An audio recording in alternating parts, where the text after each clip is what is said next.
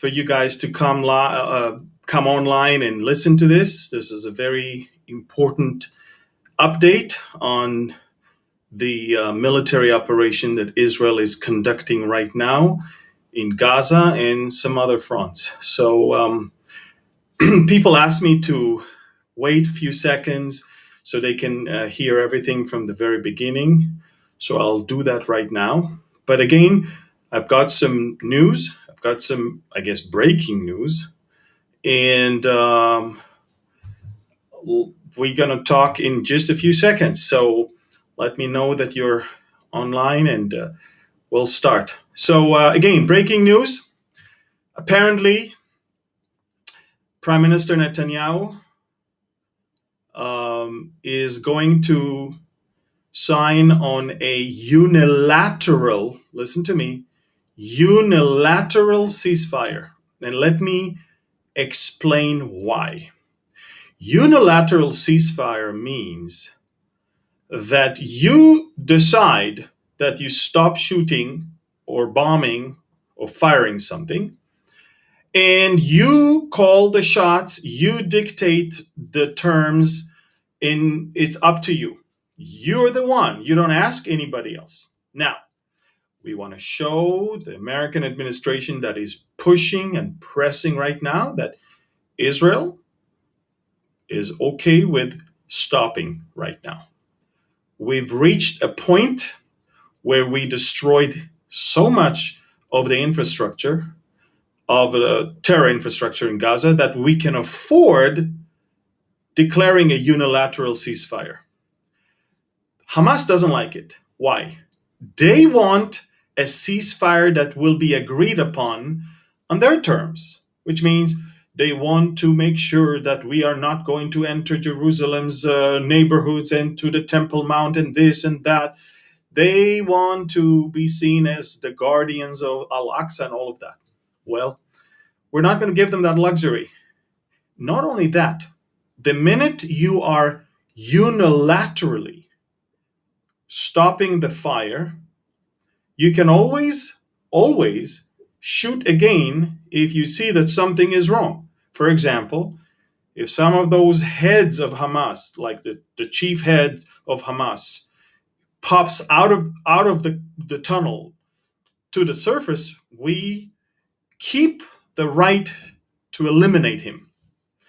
If we see rockets being manufactured, if we see some suspicious things going on, we keep the right to deal with that and the time and the place that we want, because it's a unilateral ceasefire. Now, how do I know that this is the direction?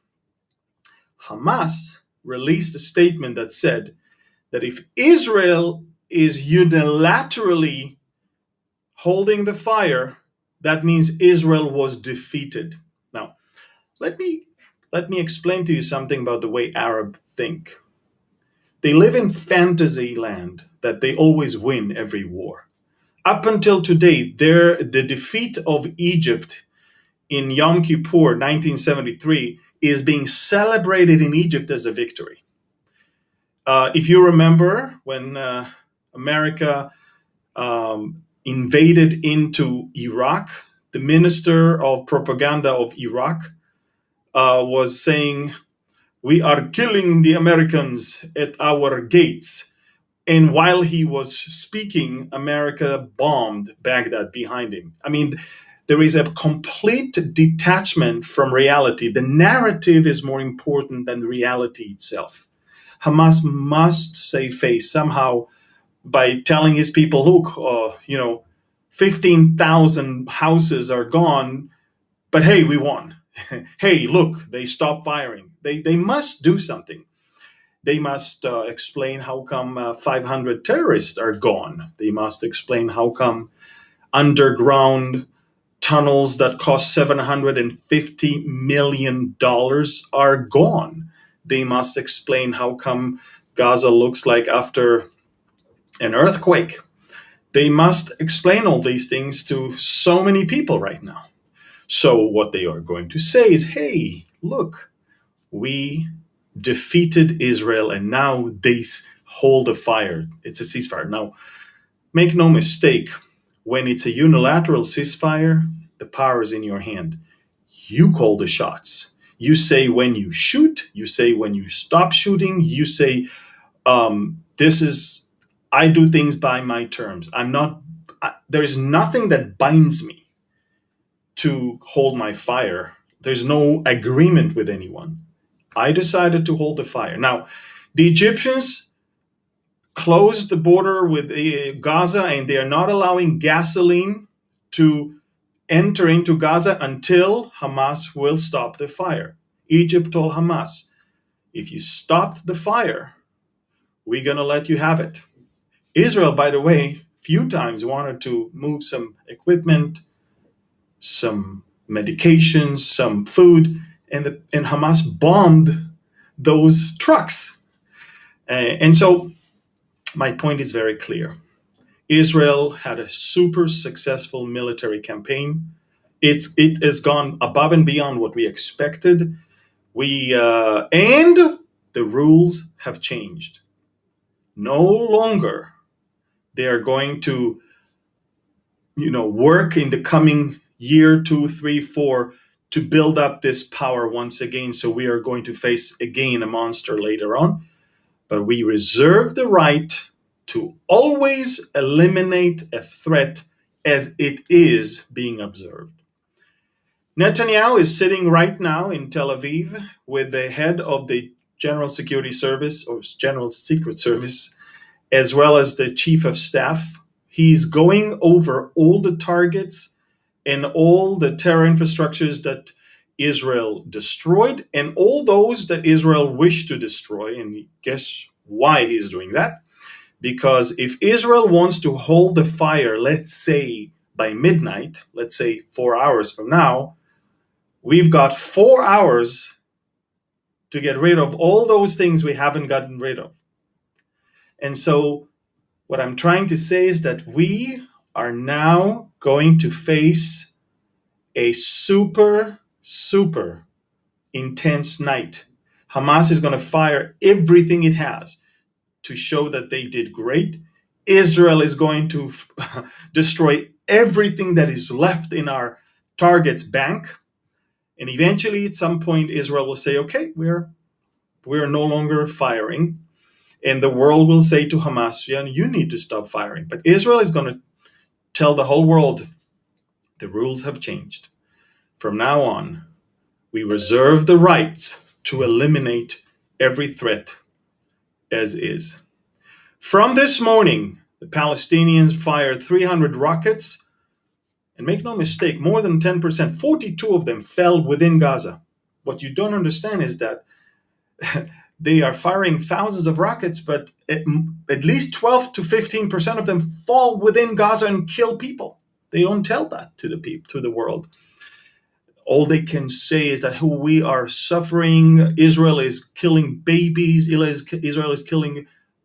Look, we didn't start this whole thing. I mean, you should have thought about this when you started firing rockets, not at military installations. You fire rockets at our cities and towns and villages, all civilians. You hide behind civilians. You hide underneath civilians. Your launchers are in regular homes from the window. So if we destroy that house, everybody's dead. Look, that's why we're using laser guided and very, very and video guided smart bombs that go straight to that window and keep the house intact. Folks, you just need to understand the ceasefire that we're going to have in probably a few hours from now is going to be different than any other operation we ever had. And look, we can continue and bomb and they fire and we bomb and they fire. It's going to be endless. But at some point you say to yourself, I've achieved my goals. I've destroyed everything I needed to destroy. All the intelligence I gathered in the last 5 years, 6 years, 7 years, all the bank of targets that I had is gone. So I'm okay to say, okay, let's have a ceasefire right now. So I'm calling all of you to pray because this is going to be a very intense night. I believe that in order to somehow glorify, edify, and magnify the victory, fake victory of Hamas, there could be some rockets flying from other directions, such as Lebanon or Syria as well. So, very, very tense night is ahead of us. Very, very interesting situation. I want you all to pray hard. Sometimes the last hour of a long war could be the deadliest one, because the enemy is just using everything it has. So please pray that there will be no casualties here, and pray that this whole thing is going to be over. Unfortunately, because of the situation, I had to postpone or cancel my US speaking tour for May and June. And we're in the process of moving all the speaking engagements right now to July, just to play it safe. But I will be coming to America to speak, and in all of those places that I was supposed to. We just moved it a few weeks later, and that's all. But again, folks, breaking news: ceasefire is about to be reached, not between the Israelis and the Palestinians. It's going to be a unilateral ceasefire, which means Israel is going to tell the world, not the Palestinians, we are going to stop firing at Gaza. And that's it. And again, Israel is going to make it very clear to the world, not to the Palestinians, that we reserve the right to eliminate any threat from now on. We are not bound to any international agreement with them, because anyway, they don't keep it. Now, again, you're going to hear all around the Arab media that Hamas won and Hamas defeated Israel, because this is the narrative that they have. You ever seen an Arab country that said that they lost? Have you ever seen anything? No. Again, I said Egypt lost in 1973, a horrible defeat, and yet they mark it as a victory every year up until today. Look, this is it. You cannot sell your people defeat. You can sell your people victory. Although the whole world could see what Gaza turned into, although even the residents of Gaza know that really nothing came out of this whole thing for the Palestinians. If anything, Israel used the opportunity to destroy what Hamas has built in the last 10 years. But again, the narrative is going to be that Hamas defeated Israel. Israel, of course, is going to show its own people all the achievement of this very, very good military operation. And now we're going to go back to the political chaos, and who is going to be prime minister, who is not going to be prime minister. Are we going to a fifth round of elections or not? You just don't know. Hey, so again, breaking news: ceasefire is now being talked about. The pressure from the U.S. administration is mounting. President Biden made it very clear to Prime Minister Netanyahu that he's expecting it.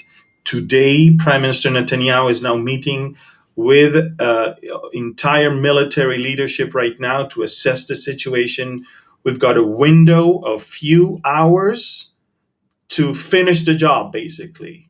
And that means anything that is left on our target bank has to be eliminated in the next few hours. But the same goes with the Palestinians. They're going to use the next few hours to shoot everything they have to save face and to show that their hands is the upper hand. Okay, so don't buy this propaganda. Don't buy this delusional approach.